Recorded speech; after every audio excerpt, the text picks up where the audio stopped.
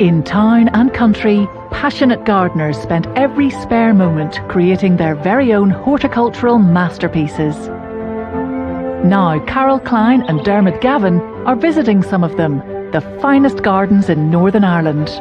You'll need machetes, won't That's you? it. We'll be judging them on planting, design and good gardening practice. And each week we'll be joined by a celebrity. Who, like me, loves getting their hands dirty? Treasures round every corner. I can't believe it. The mother in me is beaming. I mean, what a way to grow up. I'm sharing my sniff with lots of bumblebees. What a lovely thing. Football terraces filled with daisies. Yeah. We're going to visit gardens of every size and shape. Today we're focusing on 3 of the best. And the winner will go through to our grand final. We have our work cut out for us, but we're ready. We're on the hunt for the greatest gardens.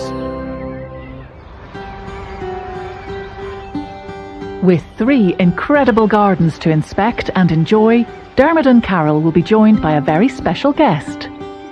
I'm Patrick Grant. I am a judge on the Great British Sowing Bee and a very keen but very amateur gardener. I have what was once a beautiful garden, and I'm slowly just starting to kind of tame it and put it back into shape with the help of a couple of very friendly pigs and an awful lot of elbow grease. I mean, the plan for the garden is fairly simple. I just want to create a beautiful, nature-friendly space. First up, a coastal sanctuary in Malile, County Down. For over 20 years, this garden has been Heather's pride and joy. It's south-facing, but gardening by the sea brings its own challenges, including easterly winds that can be severe and salty. Despite the gales, Heather has created a smart garden based around an elegant avenue. When I first came here, there was a hedge up either side. It was a totally blank canvas, and there was a buddleia tree in the middle. I wanted something relatively simple, something that was going to have an impact from the word go. I love drama, so I wanted something that would fit in with my surroundings, but also would be tolerant to the salt-laden winds and the storms that we get here.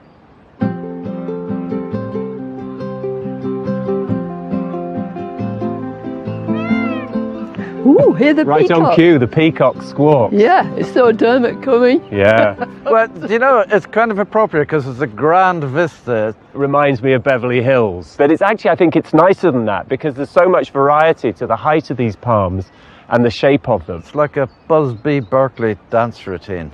You Yeah. should have a top hat and tails and a Yes, cane. I should Patrick. twiddle a cane. Yeah. It's very brave in a garden like this to show everything you've got at one glance, and that's what they're doing. One avenue. It feels sort of like Cornwall or Devon's, Yeah. some of this Very planting. maritime. These are cool. Is this Knipfophia? Nyphophia. Nyphophia. Nyphophia. Nyphophia. Yeah. Red hot poker. That's kind of dramatic, isn't it? It's terrific. Yeah. It really is. It's lovely. Look at this. Look at this Watsonia. How about that for a beautiful flower? And look how healthy and happy it is. It's actually seeded itself. Isn't that Are marvellous? you going to get your trowel out? Take a couple home. I might ask. I might ask. I love the colour of this. I love it.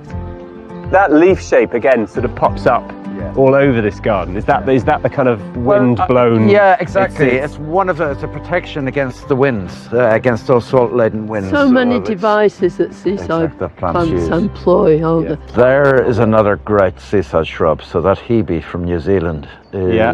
Is that a hebe? Yeah. It's huge. I've got them that are sort of that big. Oh, you can get them from tiny to massive, really. Heather aims for year-round interest, with a backbone of shrubs complemented by a succession of perennials. I would bring a lot of plants on from seed.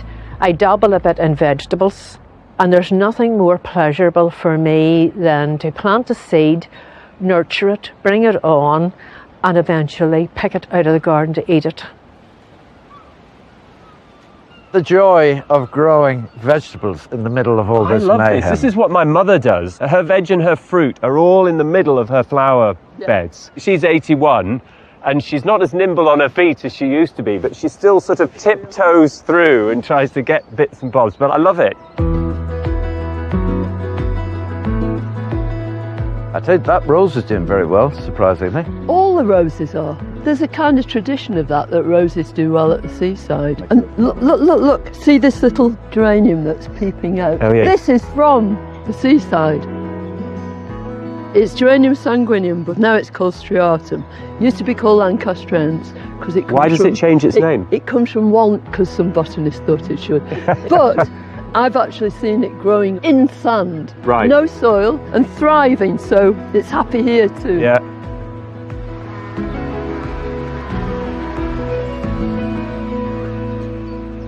So we take this grass pathway, and what are we going to find here? I do like these echiums. I love that deep blue colour. It's got a bit of protection here, hasn't Yeah. it, with the apples, and I love this. I like its name as much as anything. It's Nautia. Nautia macedonica. Why did you look at me when you said that, Carol? Nautia and Nautia, look. Here's a plant that I found really interesting. Acanthus. So that's going to explode up and make a big architectural statement in the garden. And that is a plant that launched 1,000 carvings. The Romans used to use that as a decorative. A decorative feature. I wonder if they ever used broad beans too.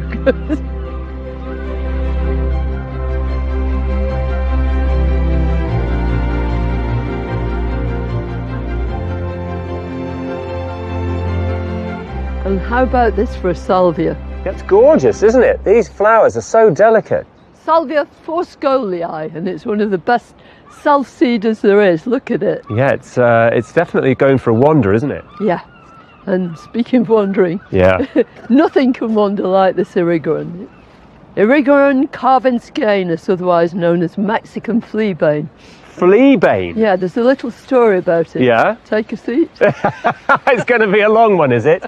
So they held the World Cup twice in Mexico, I think, and the first time they did, Yeah. they built these stadia, and the seed of this was in the sand that they mixed the cement, so all across the terraces was this little daisy. Grew up through the concrete? Yeah, just lined. Oh, amazing. Oh, What, on purpose or by accident? Totally by accident. Yeah. Well, not for this. I mean, that did it on purpose. Yeah. I love the idea of football terraces decked out with daisies. I would have been watching the daisies, never mind the football.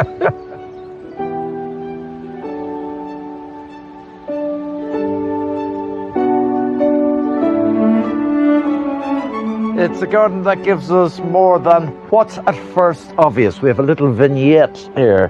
It has everything, including the kitchen sink. This is great. It really works because it has some shelter from the garage out back. So what have we got growing here? We have honeysuckle, these amazing spires of echiums that are just full of pollen for all those bees.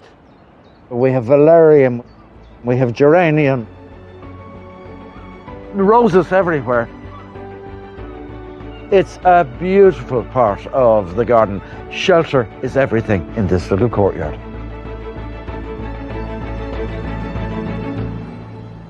Heather, we have delighted in strolling down your Cordeline Avenue. It is wonderful fun. I just wanted to ask what your garden means to you. What's the most important thing that it gives you? It gives to me the excitement of seeing all the new buds, plants, flowers coming out So every anticipation week. all the time. Absolutely. Things popping up out of the ground I forgot I'd planted for a start off. And as the seasons progress, the changes. Yeah. And I love that. Because it's an all year round garden, I just love to see the changes. Well, Heather, now that your garden is getting liberally watered, we've lots to talk about. So thank you for allowing us in. We've really enjoyed it. Yes, thank you. And thank you all very much.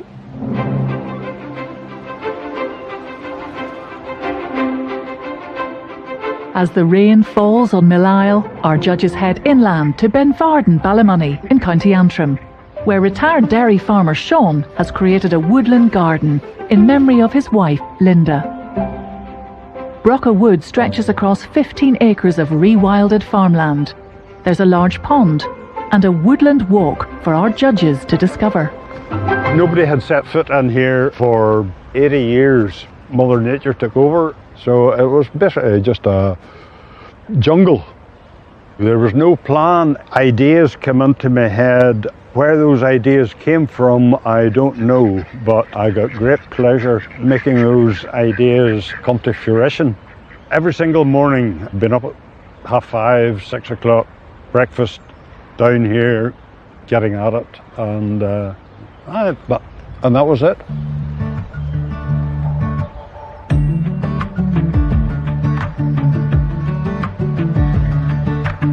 Well, this looks very exciting.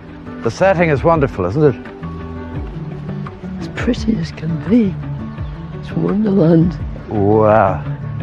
Look, Would you look at that? let's explore. Let's see where the water leads us.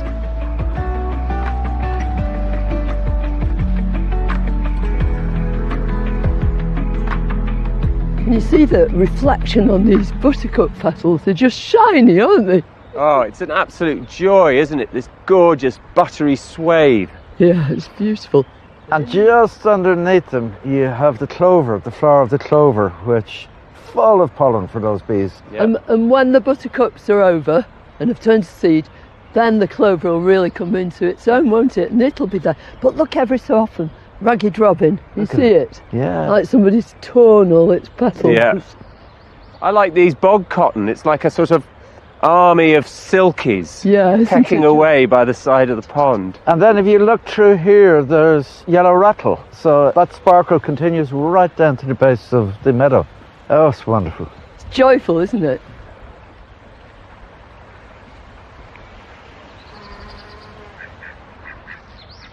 And that's quite a vista, isn't it? These lilies are extraordinary. We've got great big pink ones opening up here. Look at the ducks. Look, Oh, look at them. look at the hostas hiding in there. Yeah. And the mimulus at the front, the monkey flower. Look. Is that the yellow one here? Yeah, yeah. And all the irises, the Yeah. beautiful yellow Beautiful flag. yellow iris, yeah. Yeah, Are these wild roses? that's Rosa rugosa.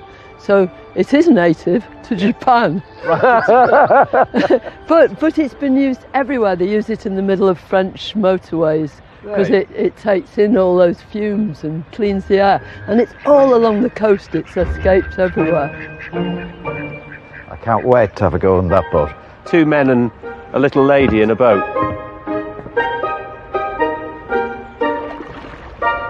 What do you think about the pink lilies and yellow lilies? I think, Carol, with that idea of introduced lilies, it Whoa. works. Because this is a garden. I would love to see just the big white water lily and maybe our little tiny native one, you know, Yeah. the nymphea with the yellow flowers. Yeah. What makes it so healthy? It's got fantastic marginals, Marginal plant. lots of stuff floating on the top in case And loads of anything. oxygenators. But it's lovely seeing it from the pond side. Yeah, it is, isn't it? Do you think we're a bit bottom heavy? Speak for yourself. Well, there's definitely a tad of ballast at one end that there isn't at the other. At one end and one side. Maybe just, well, we're definitely lifting to the right. Or is that the starboard? I can never remember. Oh, what fun.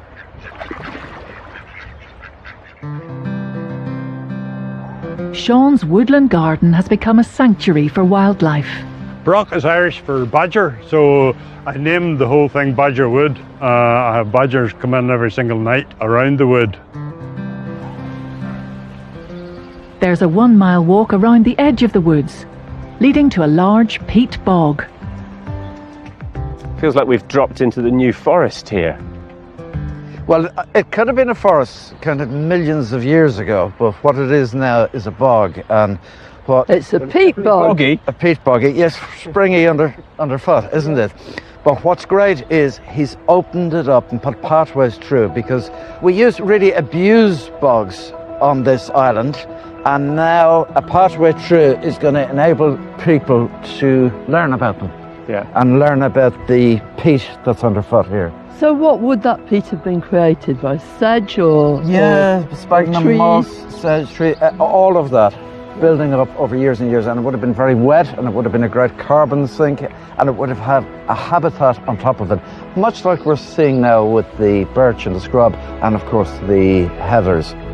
We're learning about our bogs now and conserving them, and I suppose that's part of the garden project here. And I think it's one of the most wonderful things I've seen. Just show people, right. and they'll learn. Yeah. Great. Woohoo, so springy. It is boingy, isn't it? Boing.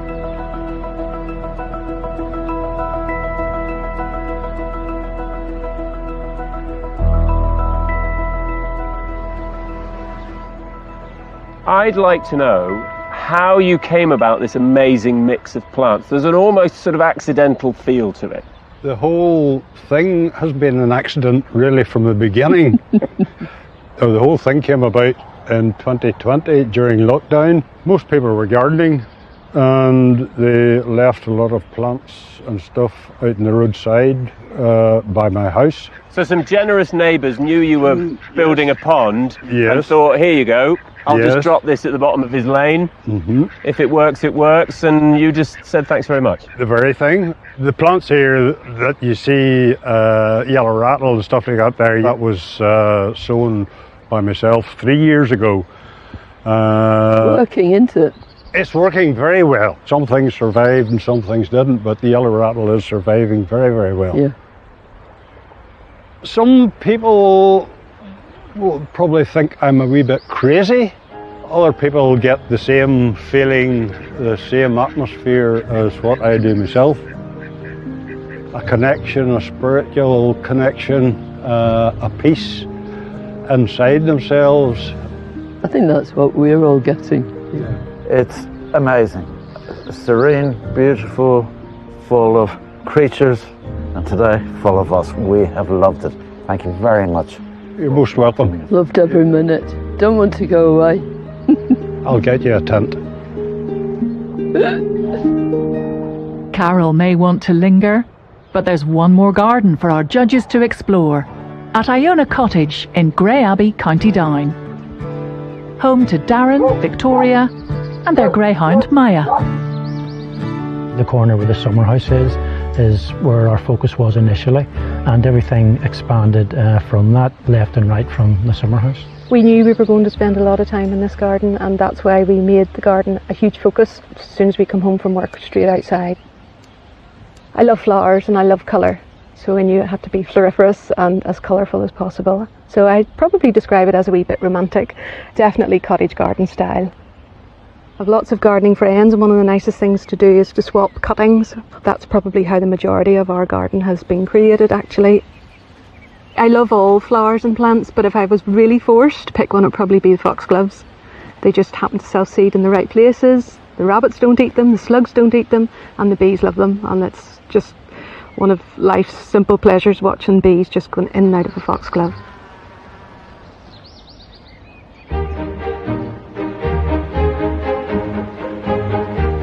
Do you like the wavy effect of the border? It's pretty border. Relaxed, isn't it? Yeah, and every so often, I mean, I love this difference in texture and these white foxgloves. Look at all that seed down So what do I there. do with those if I want to get more foxgloves? Dead easy. See the seed pods? Yep.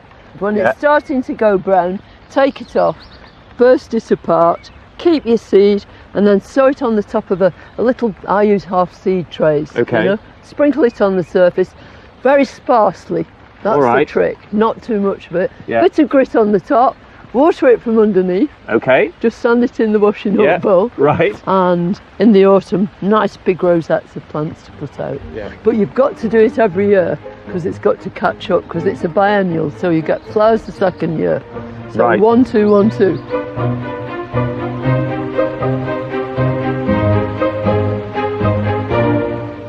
Isn't it sweet the way that this border just curves around the lawn? I just love these ox-eye daisies. They're Moon beautiful, daisies. aren't they? Yeah, I can see why. That big bright yellow centre. Yeah, but lovely mixed up with this fuchsia. Now that to me it's this part of Ireland somehow. Molyneux, fuchsia Molyneux. I really love this sort of Japanese feel here. This one perfectly placed rock and the sort of almost bonsai tree in the middle of the lawn. And the sea of grass around it. Yeah. Which should be a sea of gravel. It's a bit between a rock and a hard place. I don't know. You worked hard on that gag, Carol. This is very sweet, Patrick, isn't it? I love it. I love a veg patch sort of in amongst it all. And these onions are thriving. They're doing well. And then here, just by the greenhouse, you have the honesty, the cow parsley. It's very I sweet. suppose I better come out of the dry. Oh, there you are. And look at this pond. This is part of the whole biodiversity idea. So frogs come, lay their spawn. Yes. Tadpoles develop into I frogs. see them, yeah. And they're off they go around the garden. Munching It's all right. slugs. Yeah. And what are these grasses here? They're like little lanterns. It's a quaking grass because that's what it does. Watch Yeah. it move in the wind. It's a really beautiful little seed head, isn't it? It's utterly lovely. Yeah. I mean, the great thing about all grasses is the way they move, but Yeah. with that, the seed heads really do dance. Among all these established borders, a new planting area has caught Carol's eye. So isn't this a great example of an island bed? It Instead is. of all those borders all around the edge, plonk it in the middle of the lawn. Do you know why it started? No. Because there was obviously a tree here and some stones protruding through the lawn, so they decided, To make a bed right in the middle of the lawn. which makes sense. Yeah, so herbaceous plants traditionally were always grown in a big long border, tallest at the back, Standing shortest against at the the wall. front. That's it. It would have had a back and a front. Yes. This hasn't got either at But all. it brings the planting front and central and creates interest. Yeah, and so much interest too. It's Yes. just got, a load of gorgeous plants together. And I believe Victoria's put cardboard down here, hasn't So she? to this is extend no it. dig planting. Just so you don't cover your dig into soil. the soil, you get cardboard, you put it on the grass, you water it, no need to water it. Yeah, not and then really. You put soil, compost, mulch Mulch on, on top the of that. top. So that's a year old. This is just planted and this will be beautiful. Yes, it will. So, Carol? And I bet it'll be extended I too. think so. It's Yeah. moving, isn't it? Yeah. Fancy a swim? Yeah.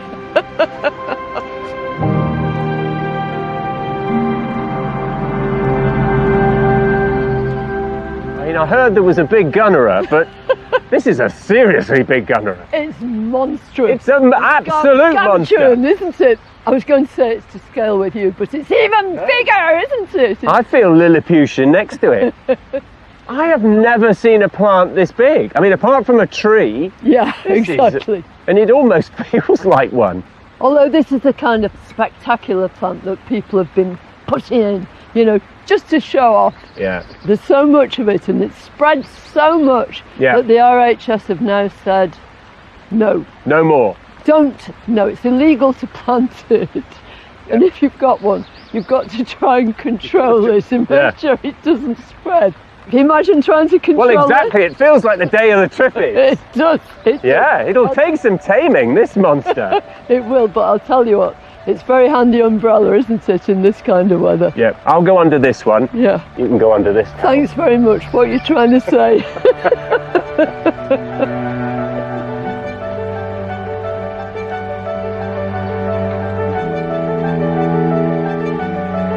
So there's the most glorious clematis there, and Mosa growing right through the... I'll take your word for it. Yeah. Oh, there's and another clematis. clematis Another there. clematis on the other side. Yeah. It's a glorious way to do it and just let it scramble around. So all these climbers holding each other up. Yeah. So this arrangement will do in the sun, but it'll also do in kind of dappled shade. Yeah, Plenty of sun today. yeah, and they Love. really, really love the rain.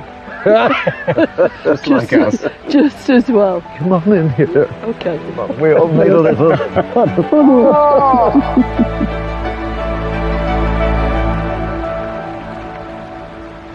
I want to know how much the borders are going to take over from the grass, and is the ratio of them going to change? I think there's a very good chance of that, Carol, yeah, because I have deliberately designed it that it can just curve on out to the front of the house there. Yeah, So, and then yeah. it can come back the other way too. Yes, It's been a delight for us to visit the garden Thank here you. today. Thank you very much for having us. We've really had a has. swimming time. We have.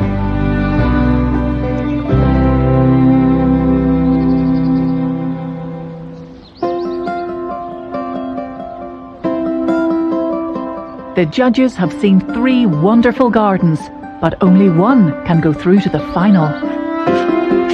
I think heather for me was a testament to the requirement for a gardener to have a vision and to have patience. She knew where she was gardening. So it was, in this case, location, location, location. She had the seaside, she had that slope. She knew she could create something theatrical. She knew what her climate was going to offer her, and she knew what plants would work there. Yeah, and she's been prepared to experiment. You know, if things don't work well, try something else. I enjoyed her free spirit, her attitude to what a garden is.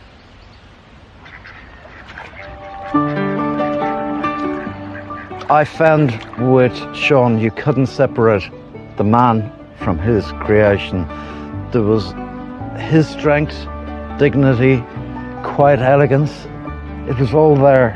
I just felt completely at one with nature in it, and I think that was its main purpose anyway. I think it was 100% successful in doing just that. I thought it was beautiful. It's a wonderful place to spend some time. I could have happily spent hours, days, weeks, years sitting, enjoying the view and the sound and just the movement of everything around there. It was something else, another level. I really feel that Victoria's the driving force behind the whole garden. She'd done a lot of it and she was going to do a whole lot more. You haven't seen half of it yet. I felt very sorry for Victoria and Darren that we'd rocked up on about the wettest possible afternoon we could have imagined. But despite that, the garden looked amazing. I think it was a rural garden full of colour, using the background very well, and I think they grew some plants in particular incredibly well. There was one plant particularly that I don't think I will ever forget. I mean, that Gunnera, I don't think I've seen anything larger I think it was in any garden. Nightmarish, don't you? It was Godzilla versus King Kong all in one plant. Yes. Carol, can you reveal the name of your winner? Patrick? Well, it's unanimous. I can't wait to tell them. The garden going forward to our final 5 is Brocca Wood.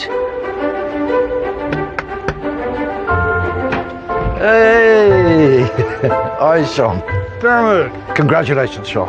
Thanks, It Dermot. was a great garden. And Carol. Thank you so much. I'm so chuffed. We loved your garden. We found it dreamy, didn't we, Carol? Superb, beautiful. So we'll see you at the grand final. Oh, lovely.